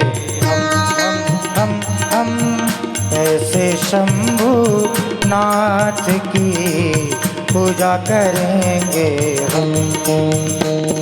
जटाटवी गलज्वल प्रवाह पावितस्थले, कलेवलम्बितां भुजङ्गतुङ्गमालिकां डमड्डमड्डमड्डमन्निनादवड्डमर्वयं चकार चण्डताण्डवं तनोतु नः शिवः शिवं। बम बम भोले नाथ की, बम बम भोले नाथ की सेवा करेंगे हम।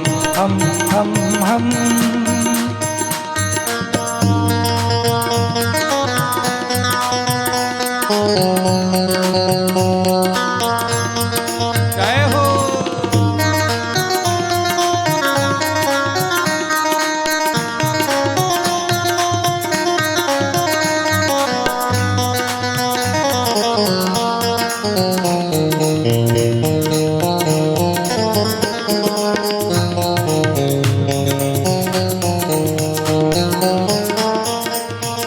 करते नंदी की है सवारी, चरणों में झुकती दुनिया सारी।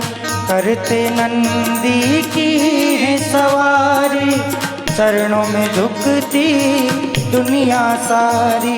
चरणों में झुकती दुनिया सारी। ऐसे ऐसे ऐसे ऐसे ऐसे बाबा नाथ की पूजा करेंगे हम। ऐसे औगड़ नाथ की सेवा करेंगे हम।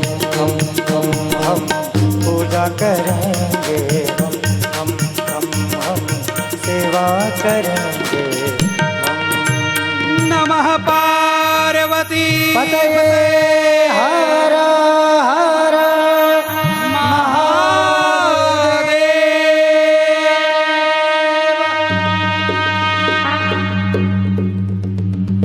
सभी देवताओं ने मिलकर के भगवान कैलाशपति की स्तुति की और स्तुति से प्रसन्न होकर भगवान शंकर तो आशुतोष हैं। आशु यानी तुरंत, शीघ्र प्रसन्न होने वाले एक ही देवता भगवान शंकर हैं। तुरंत प्रसन्न हुए, सब देवताओं के साथ में जाकर दक्ष का यज्ञ पूरा करवाया। दक्ष को बकरे का मुख लगाया गया, बकरे के मुख से बम बम बम बम प्रार्थना की उसने, तब जाकर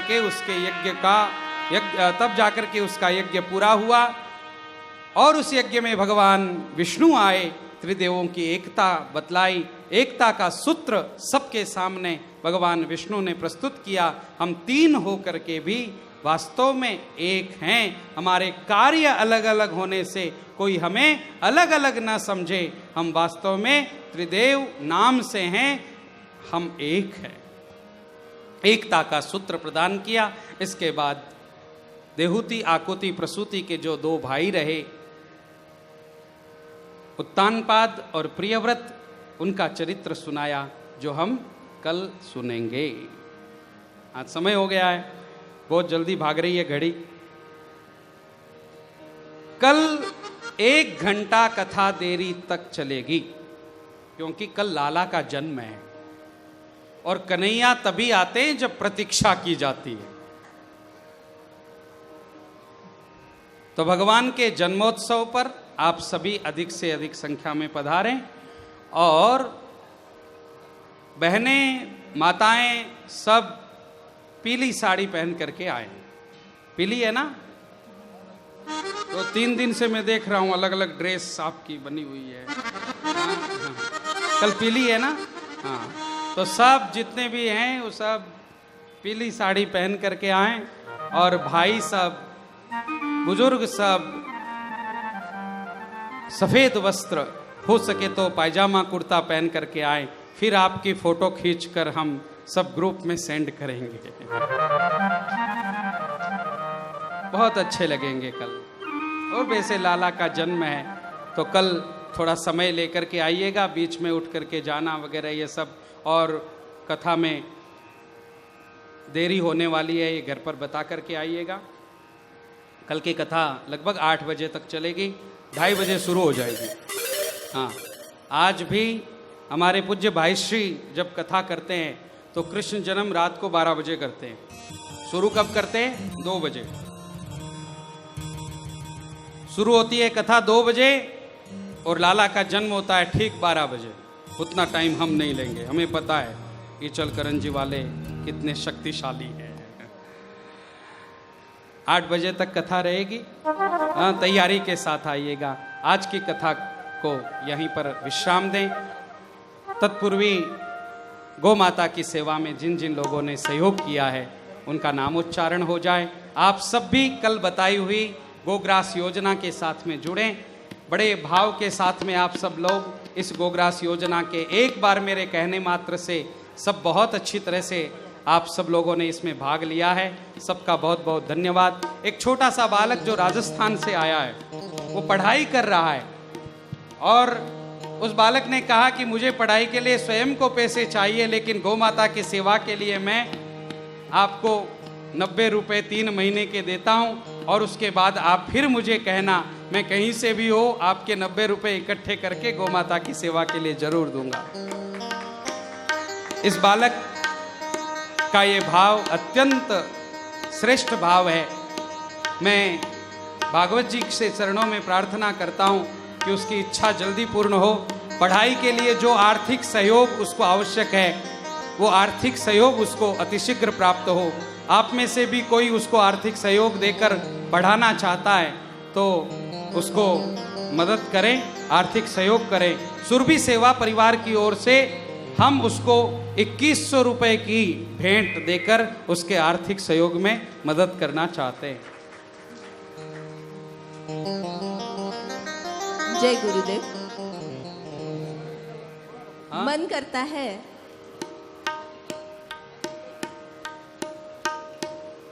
नारायण। आरती और प्रसाद लेकर के ही जाइएगा, घर वहीं रहने वाला है, कोई ले जाएगा नहीं। हाँ, जाएंगे तो हम जाएंगे, घर नहीं जाएगा। मन करता है कथा यूं ही चलती रहे और हम भक्ति सागर में हिलोरे लेते रहे। अभी अभी महाराज जी ने जिस बालक के बारे में हमें बताया तो तिवाड़ी परिवार की ओर से इस बालक के लिए 2100 रुपए की राशि प्रदान की गई है। जोरदार तालियां। जैसा कि महाराज श्री ने गोग्रास नित्य गोग्रास के योजना के बारे में बताया तो इसको ध्यान में रखते हुए बहुत सारे पुण्यशाली महानुभावों ने अपनी अपनी राशि जमा की है। इनके शुभ नाम कुछ इस प्रकार है। श्रीमान गोविंद जी गोपाल जी पारिक इचलकरंजी, श्रीमान अरुण जी आर पारिक मुंबई, श्रीमान ऋषभ अरुण पारिक मुंबई, श्रीमान निर्मल आर पारिक मुंबई, श्रीमान सागर जी व्यास मुंबई, श्रीमान चंद्र प्रकाश जी व्यास मुंबई, सुनील जी पुरोहित मुंबई, श्रीमान अशोक जी पंडिया नागपुर, गोविंद जी पारिक पूना, श्रीमान राज प्रकाश जी पारिक बल्लारी, श्रीमान भरत जी शर्मा मुंबई, श्रीमान अशोक जी गोविंद जी व्यास इचलकरंजी। इन्हीं के साथ ही साथ स्वप्निल जमनालाल जी काबरा चैरिटेबल ट्रस्ट इचलकरंजी की ओर से भी 1500 रुपये की राशि प्रदान की गई है। इन्हीं के साथ ही साथ श्रीमान विश्वनाथ जी कासार, इन्होंने भी इस गोग्रास योजना में अपना योगदान दिया है। और महाराज जी के आह्वान के अनुसार हमारी एक बहना सौभाग्यवती निर्मला अशोक जी जोशी, इन्होंने पुरुषार्थ करके अपनी बहनों को बहुत सारी नाम 23 नाम है, अगर महाराज जी आगे दे तो मैं वो पढ़ सकती हूँ। 23 नाम पढ़ने की आवश्यकता नहीं है, उन सबका बहुत बहुत धन्यवाद। और तो मैं निर्मला जी से अनुरोध करती हूँ, आप कृपया जहाँ पर हो वहाँ खड़े रहे या मंच पर आए। आपने जो मंच पर आप पधारे, सौभाग्यवती निर्मला जी अशोक जी जोशी मंच पर जल्दी से पधारे। आपने जो ये महत्वपूर्ण काम किया है, इसके लिए हम बहुत बहुत आपको धन्यवाद देते हैं। इसमें नित्य गोग्रास योजना में इन्होंने पुरुषार्थ करके 23 बहनों को जोड़ा है। अरुण जी ने भी लगभग 12 लोगों को जोड़ा है, मुंबई के अरुण जी, आपका भी बहुत बहुत धन्यवाद। जिन्होंने भी, उनको भी इससे प्रेरित होकर इस अवसर का, सुअवसर का लाभ उठाना है तो बाहर टेबल लगाई हुई है, कार्यकर्ताओं से मिलकर आप इस योजना में सम्मिलित हो सकते हैं और पुण्यार्जन कर सकते हैं। अब आरती का शुभ समय है। व्यासपीठ पर तिवाड़ी परिवार के सभी परिवारजनों को मैं आमंत्रित करती हूँ। इन्हीं के साथ ही साथ व्यासपीठ के समकक्ष श्रीमान मदनलाल जी श्रीनिवास जी बोहरा परिवार, इन्हीं के साथ ही साथ श्रीमान सत्यनारायण जी बांगड़ परिवार एवं श्रीमान सुदीप जी व्यास परिवार सादर आमंत्रित है। सभी भक्तगणों को नम्र निवेदन है कि भक्ति और उल्लासमय वातावरण में आरती का आनंद ले और प्रसाद लेकर यहाँ से गमन करें। धन्यवाद। आज पंडित श्री घनश्याम जी और स्वर्गीय विमला देवी जी का भी श्राद्ध का दिन है। आपको भी इस कथा के माध्यम से भगवान के अखंड लोक की, श्याम सुंदर जी, अखंड भगवान के अखंड लोक की प्राप्ति हो, ये हम सब मिलकर के भगवान के चरणों में प्रार्थना करते हैं। नारायण। अच्छा, पिताजी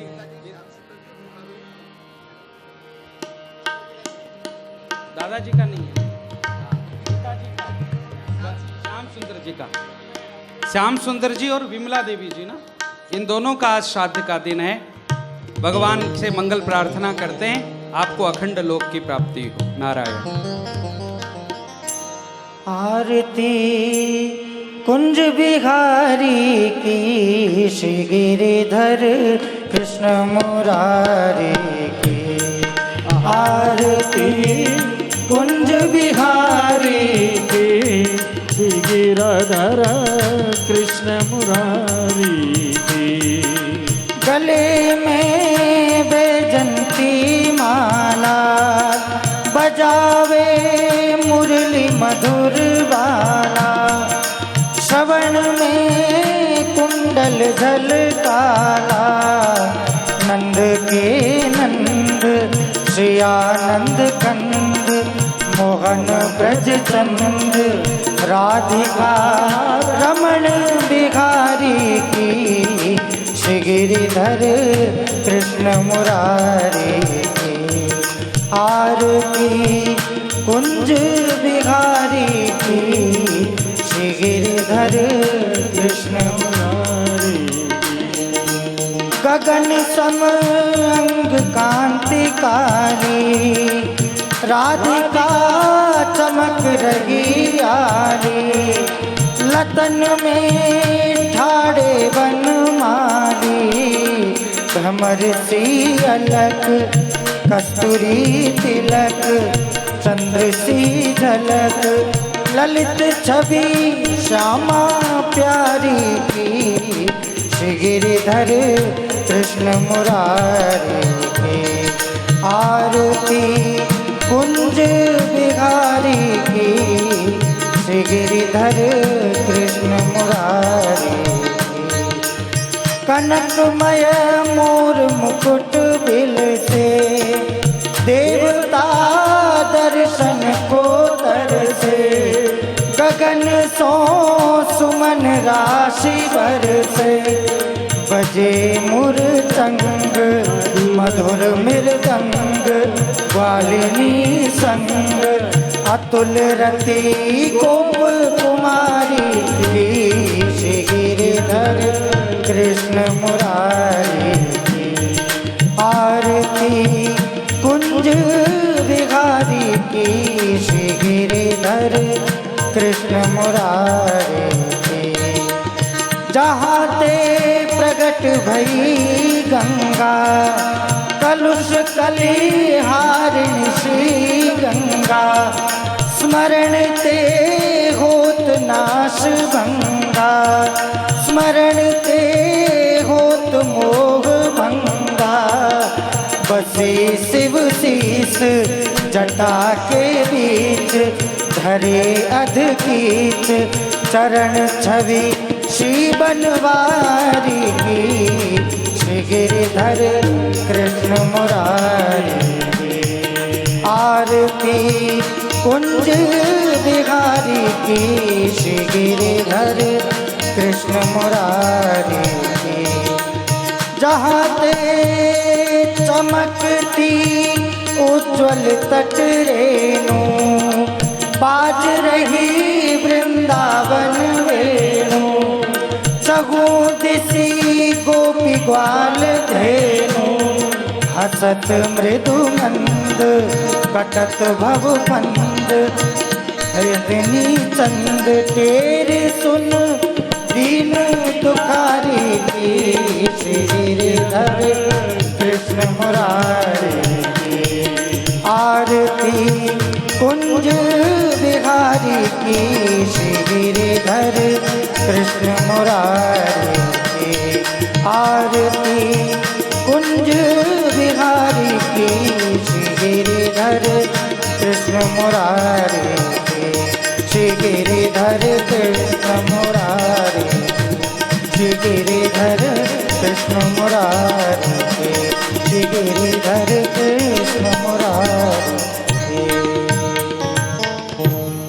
कर्पूरगौरं करुणावतारं संसारसारं भुजगेन्द्रहारं सदा वसन्तं हृदयारविन्दे भवं भवानी सहितं नमामि त्वमेव माता च पिता त्वमेव त्वमेव बन्धुसखा त्वमेव विद्या च द्रविणं त्वमेव सर्वं मम देवदेव हरे राम राम राम हरे हरे हरे कृष्ण कृष्ण कृष्ण हरे हरे सेवन्तिका मुकुलचम्पकपाटलाब्जै पुन्नागजातिकरवीररसालपुष्पै बिल्वप्रवालतुलसीदलमञ्जरीभिस्त्वां पूजयामि जगदीश्वर मे प्रसीद नानासुगन्धिपुष्पाणि यथा कालोद्भवानि च पुष्पाञ्जलिर्मया दत्त गृहाण परमेश्वर मंत्रपुष्पाञ्जलिं समर्पयामि नमस्करोमि गोपाल कृष्ण भगवान की श्रीमद्भागवत भगवान की आज सभी हमारे पारीक समाज के शिरोमणि श्री मदनलाल जी बोरा जी कथा में पधारे हैं। आपका हार्दिक स्वागत। आपका स्वास्थ्य भगवान सही बनाए रखें और समाज की सेवा आपके सानिध्य में इसी प्रकार निरंतर होती रहे, यही शुभकामना। निर्मला जी एवं अरुण जी मुंबई वालों से मैं निवेदन करता हूं कि आप गोग्रास योजना में जो बहुत बड़ा सहयोग दिया है, उस सहयोग के लिए एक बार व्यासपीठ पर प्रसाद ग्रहण करने के लिए आएं।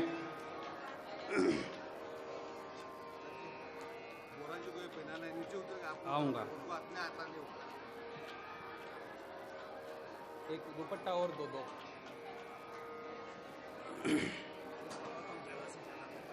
हाँ ठीक। निर्मला जी